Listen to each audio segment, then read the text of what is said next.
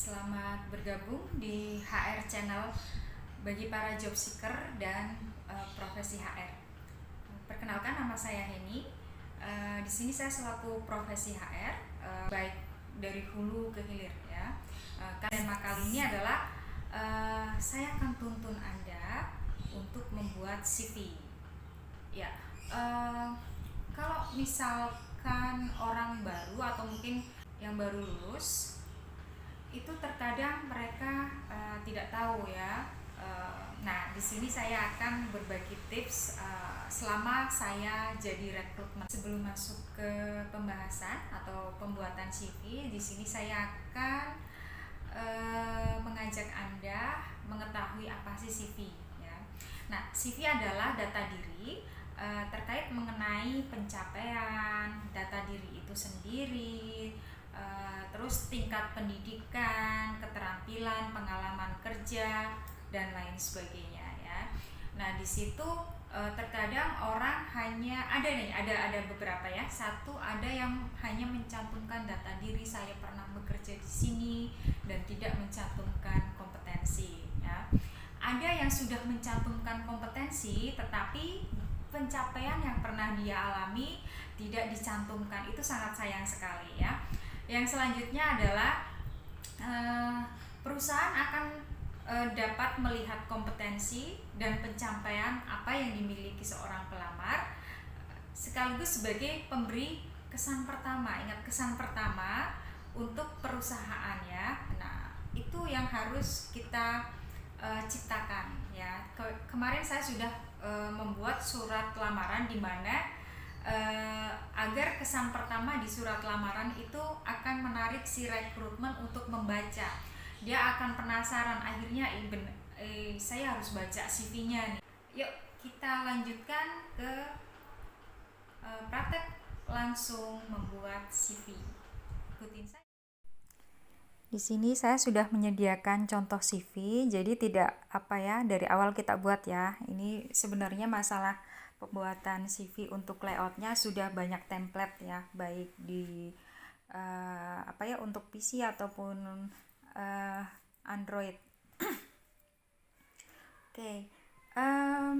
CV dalam pembuatannya intinya ada dua ya, dari segi estetik dan kedua dari isi ya.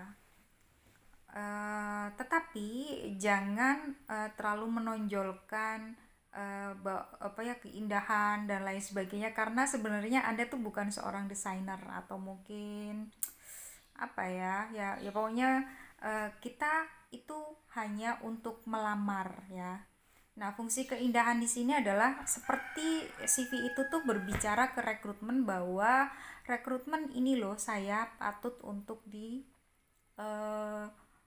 baca karena memang saya bersungguh-sungguh ya. Dan dalam pembuatan CV jangan terlalu mencolok, karena kalau misalkan mencolok juga seperti kayak misalkan kita memandang seorang wanita, kalau misalkan wanitanya itu terlalu menggunakan pakaian yang terlalu terbuka dan lain sebagainya, itu membuat kita tuh malah risih ya. Begitu juga dengan seorang rekrutmen, jadi ada normalitasnya seperti itu ya. Pada dasarnya CV kalau yang saya pelajari ya dari pengalaman saya tuh ada beberapa ya terkait kompetensi. Ada yang CV itu mencantumkan nama perusahaan, di bawahnya itu langsung deretan kompetensi yang diurutkan 1, 2, 3, 4 dan seterusnya. Ada juga CV itu langsung mengurutkan dulu nama perusahaan ya, dan untuk kompetensinya itu di akhir. Oke, kita mulai. Ada tulisan di sini CV ya. Terus sebelah kiri itu kita tulis nama lengkap saya ya. Di sini contohnya sebenarnya nama lengkap, tapi di sini saya yang saya perlihatkan adalah nama panggilan saya. Terus foto ya. Di sini ada foto. Pergunakan foto yang jelas, menarik ya. pergunakan pakaian yang sopan dan formal.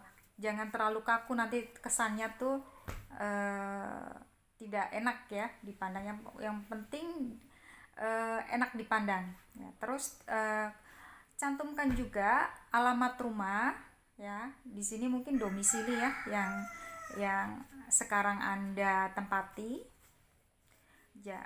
Karena terus di sini cantumkan juga nomor handphone, karena rekrutmen akan menggunakan nomor handphone atau email untuk memanggil Anda apabila Anda masuk kualifikasi ya. Oke, saya rasa di sini cukup jelas ya untuk pembahasan yang di sini. Lanjut lagi, kalau dulu mungkin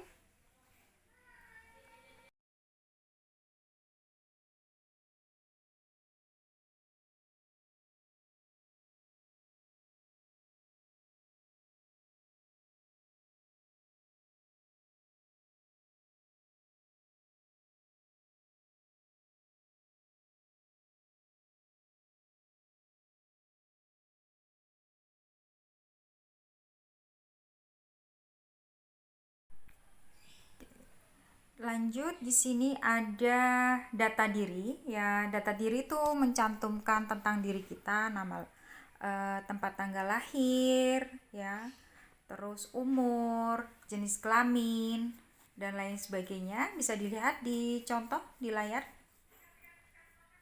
ya. Fungsinya adalah biar si rekrutmen tahu terkait data diri kita ya, terutama dengan rentan umur dan lain sebagainya. Itu sangat penting sekali.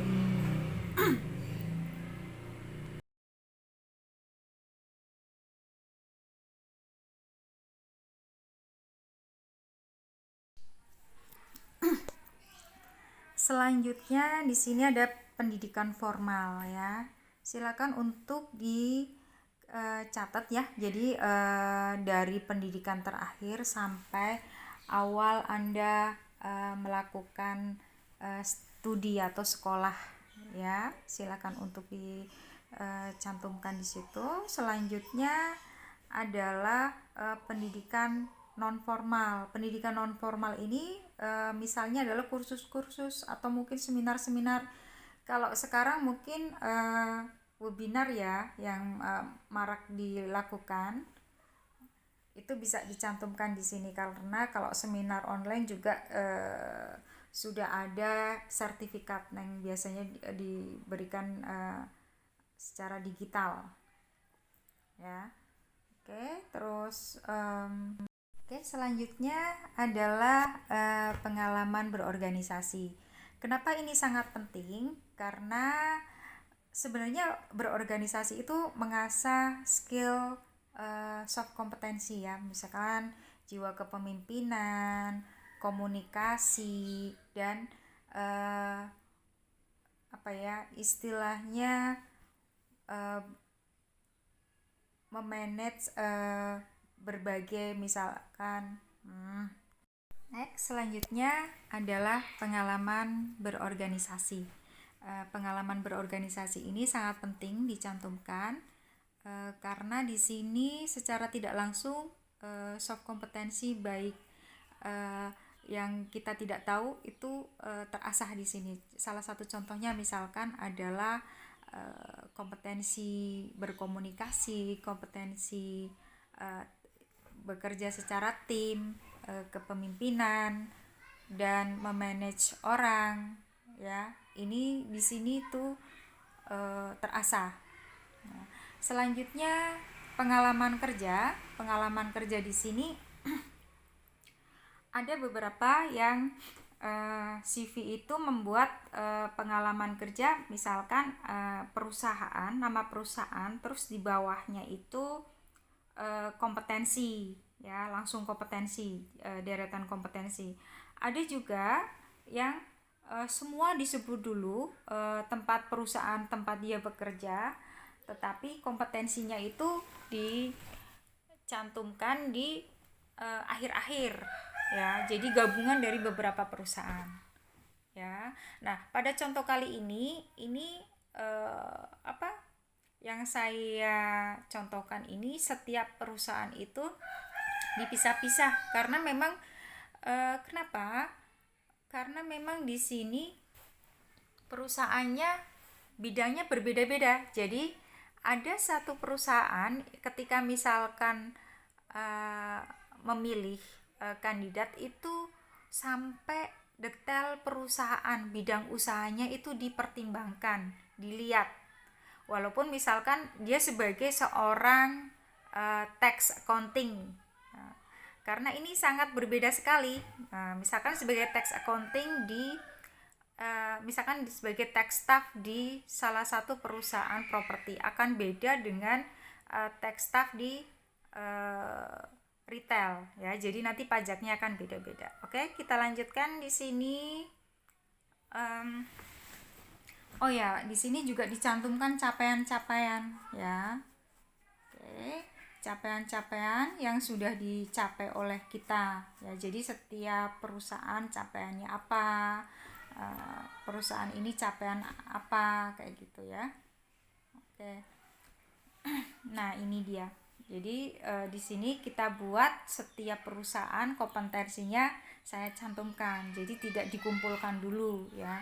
Karena tadi pertimbangannya ya, user itu unik-unik sekali. Ya. Oke, kita lanjut. Di sini ada yang lainnya ya. Bisa dilihat. Oke, terus lagi geser. Apabila ada yang belum dicantumkan, di sini kita tambahkan dengan lain-lain ya. Nah, saya tambahkan ini karena memang misalkan di sini yang akan saya lamar adalah posisi sebagai HR manager. Karena pada saat saya mulai bekerja itu sebagai MDP ya, Management Development Program di bank, dan posisinya bukan di HR. Nah, di situ saya cantumkan. Jadi kompetensi-kompetensi yang tadi di atas adalah kompetensi terkait masalah HR. Nah, di situ juga perusahaan-perusahaannya juga yang saya cantumkan itu. Nah, selanjutnya kalau misalkan Anda memiliki pengalaman lain ya, misalkan sebagai dosen tamu atau mungkin pembicara, silakan untuk dicantumkan. Misalkan Anda melakukan penelitian juga silakan untuk dicantumkan ya, walaupun misalkan bidang yang dilamar bukan sebagai peneliti, tapi kalau misalkan sebagai peneliti pun ya silakan, malah bagus untuk dicantumkan. Oke, saya rasa sampai di sini dulu pembahasan terkait CV. Apabila ada pembahasan yang ingin dibahas terkait mencari kerja ya, terkait mencari kerja lah di sini, silakan untuk komen di kolom komen. Terima kasih sudah menyimak pembahasan pembuatan CV kali ini.